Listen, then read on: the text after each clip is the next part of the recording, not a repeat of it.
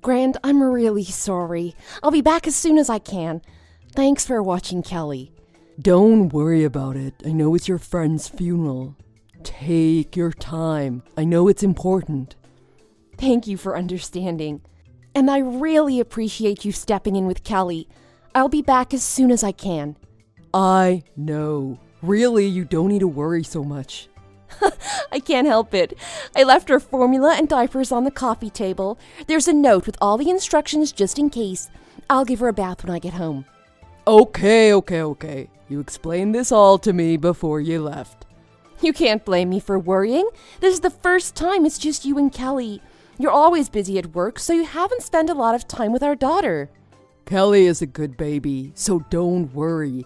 And if I don't know something, I can always look it up online. That's true. If there is anything at all, text me. I'll come home right away. Okay. I never knew I married such a worrywart. There are some people that are worth worrying about, even if I worry about them too much.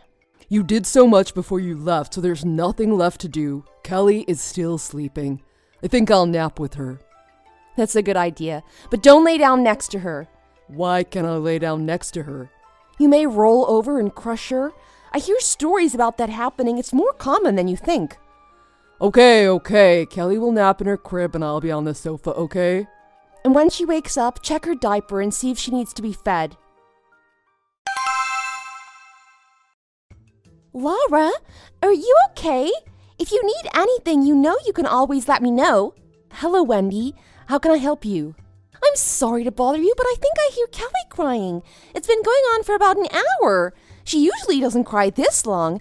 And her crying, it's a bit unusual. Is she okay? I don't mean to stick my nose into your business, but I can't help but be concerned. Crying for an hour? Are you sure the sound is coming from my house? Isn't Kelly crying? Aren't you home? I'm not home. What? Laura, you aren't home? Yes, I'm at a funeral, but Grant is at home watching Kelly. But for Kelly to cry for an hour? I wonder if something has happened to them. Let me text him. I'm sorry, I didn't know. Please contact your husband. You know babies are fussy in new situations. He may be confused. I don't mind going over to your house if he needs my help. Thank you. I really appreciate your offer. It's no trouble. Like I said, I texted you because I was concerned. I'm really sorry if I was being nosy. Grant, is Kelly okay? Our neighbor Wendy texted me. Kelly has been crying for over an hour. Is she okay? Text me back ASAP. Grant! I'm getting scared. Are you okay? If you need help, Wendy offered to come over. Text me back ASAP. Grant! What are you doing? Did something happen? Tell me! Wendy, I'm really sorry to bother you. I can't get a hold of Grant. Can you still hear Kelly? Yes, unfortunately, she's still crying. So you can't get in touch with your husband? Yes, usually he replies right away. I can't imagine him still napping with Kelly crying this loudly. What should I do? What if something has happened to him? I didn't mean to alarm you, but maybe he's passed out inside the house. What? Oh no. It's strange you can't get a hold of him. I think something may have happened. Should I go over to your house and see what I can find out? Do you mind?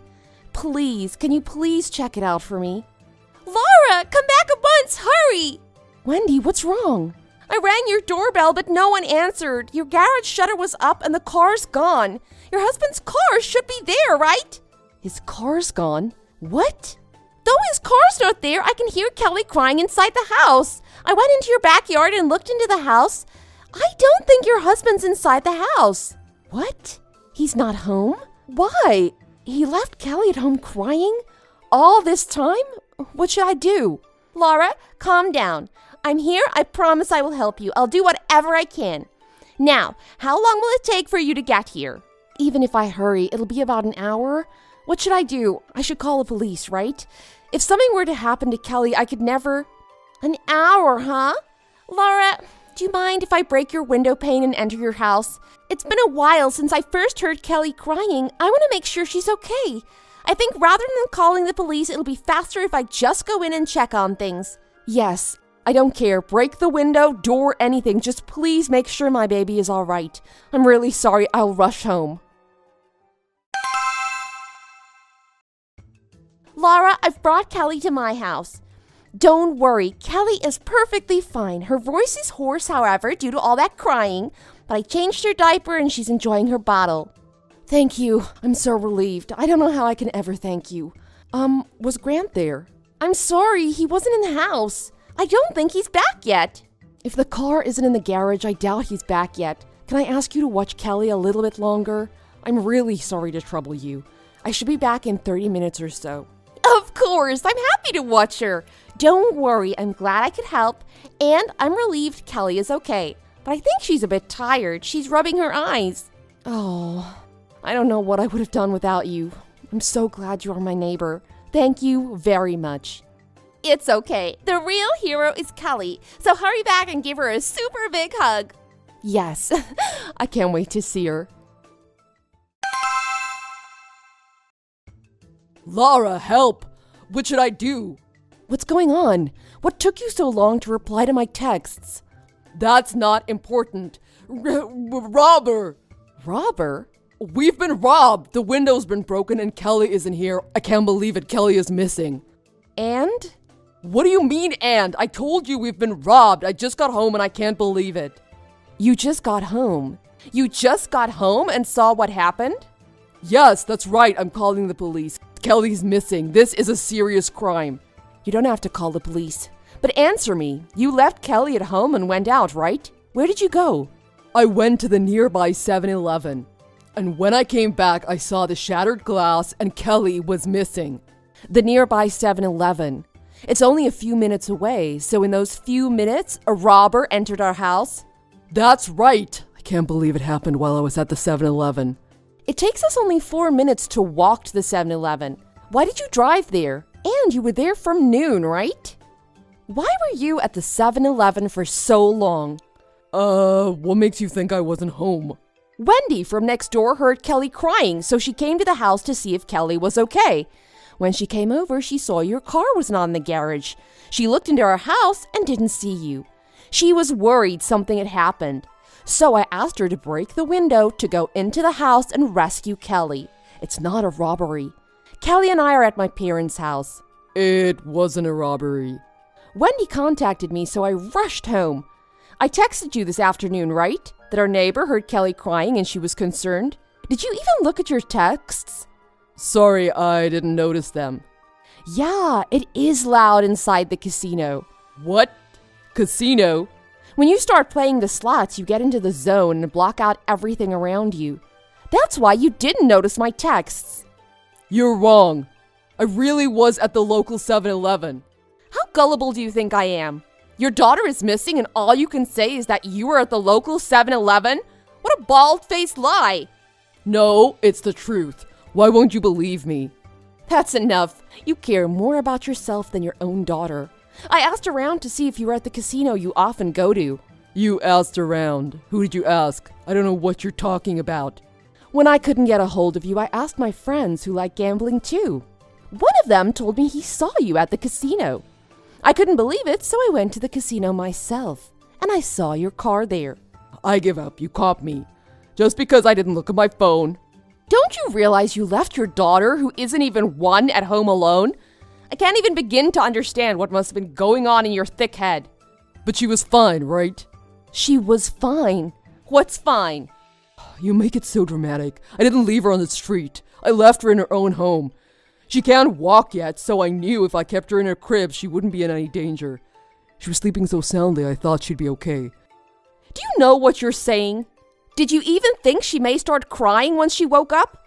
Even if she is in her own home, she can't do anything herself. I don't understand how you could stay out until this time. It's unacceptable. What if something had happened to Kelly? What do you want me to say? If you're going to be this way, you shouldn't have had me watch Kelly in the first place. You're blaming me.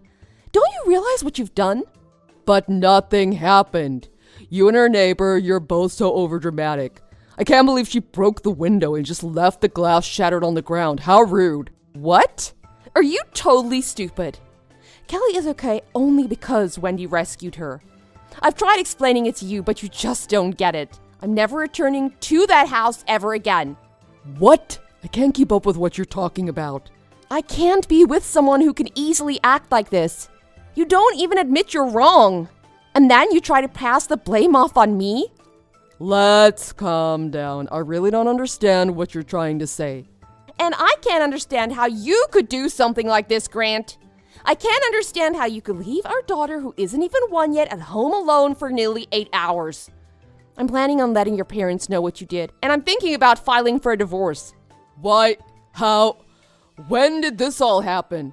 You're seriously considering divorcing me over something like this? I can't believe you think what you did is so trivial. Parents need to protect their babies. Babies are really fragile. They can't walk on their own. They can't even feed themselves. We were lucky this time, but luck may not always be with you. Think about that. But for us to get divorced, that would be awful. What are you going to do? I think it would be more awful to be with someone who doesn't consider the safety of our children. Will you please reconsider? I promise I'll be more careful in the future. I don't think so. I can't trust you anymore. I don't want you to contact me. I don't even want to see your face again. Kelly and I are really tired, so we're turning in. Good night. Wait! What do I do about the shattered glass? I can't handle this on my own. Don't leave me like this. What are you saying? You'll be fine. You can walk. You can even feed yourself. You're in your own home.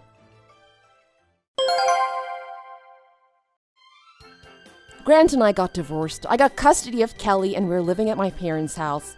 Because of Wendy, Kelly wasn't injured. I'm so happy she doesn't have any issues and is growing up so fast. Once everything settled for my divorce, I went to visit Wendy to express my appreciation for what she had done.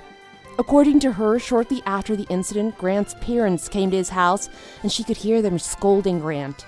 They sold the house and gave me all the money as a settlement for everything Grant had done to Kelly and me.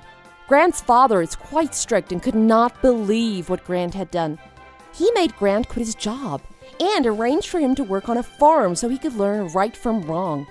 Grant had to wake up at dawn, work until late at night. There was no time to go to the casino. He tried to run away a few times but was caught. Each time he was caught, they would change his sleeping quarters. I think he's now sleeping in the barn with the animals. I heard he still screams when the animals try to bite him or kick him. Like my ex-father-in-law, I hope he will change one day as well.